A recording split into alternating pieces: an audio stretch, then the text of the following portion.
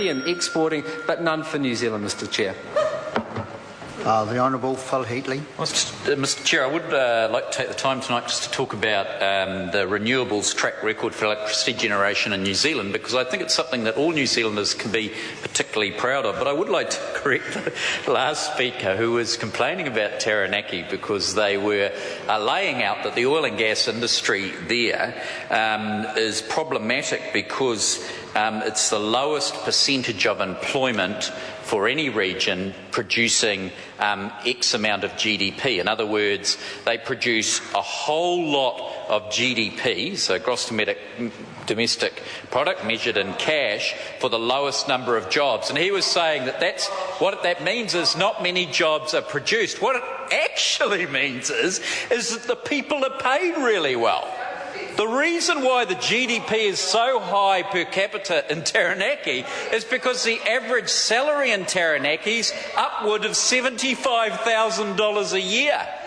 So, in other words, what you've got here is the Green Party advocating they would rather have more, much lower paid jobs than have higher paid jobs. In the Taranaki, where unemployment isn't at the same levels across the country, where the average wage and salary is $75,000 plus, it can all be put down to the successful oil and gas industry in that region, which has gone along happily for 50 years alongside dairy farming and tourism. Have we ever heard a peak of a problem out of Taranaki? No. But apparently, according to the Greens, now that the National Party is supporting their strategy of dairy farming and tourism and oil and gas exploration in Taranaki, something that's never been a problem for 5 or 6 decades, now that the National Party is promoting that as perhaps a strategy other regions could look at, the sky is going to fall on our heads.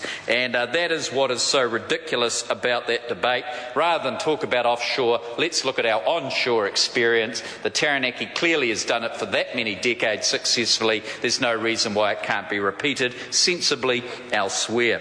Mr Speaker, 77% of our electricity generation in New Zealand is done through renewables, and that's something I don't think most New Zealanders know. 58% of it's hydro, about 13% geothermal, and 4.5% is wind generation. And that is actually stunning record. I think it's in the top 2 or 3 in the world. I stand to be corrected, but Norway is way up there with something like 99% of electricity generation is renewable. Interestingly, Norway, which has renewable electricity generation, good for them, very clean and green, their economy is built off the back of a very successful oil and gas industry in a place called the North Sea.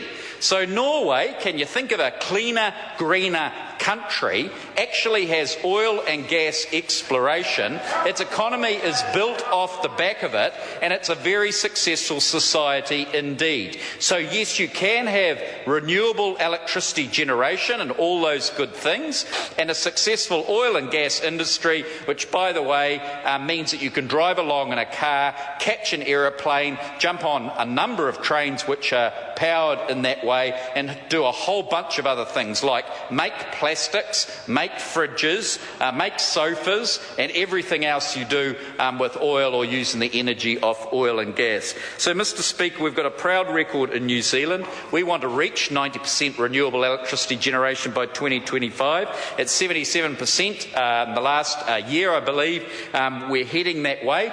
Could dip a bit this year because of the hydro levels have been low, so we've had to burn a bit more gas, but on the whole, we're tracking in the right direction.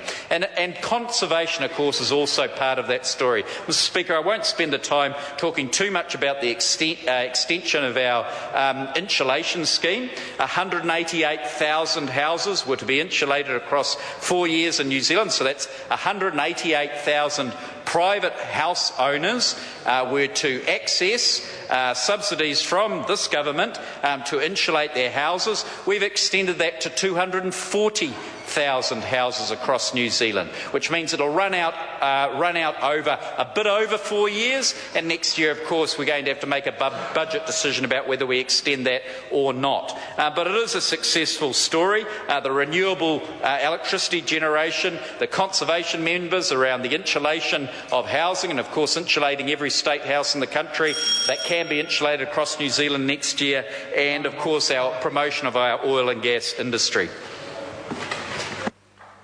The question is that vote energy stand part of the schedules. Those of that opinion will say aye. To the contrary opinion, no. The ayes have it. The question is that vote housing stand part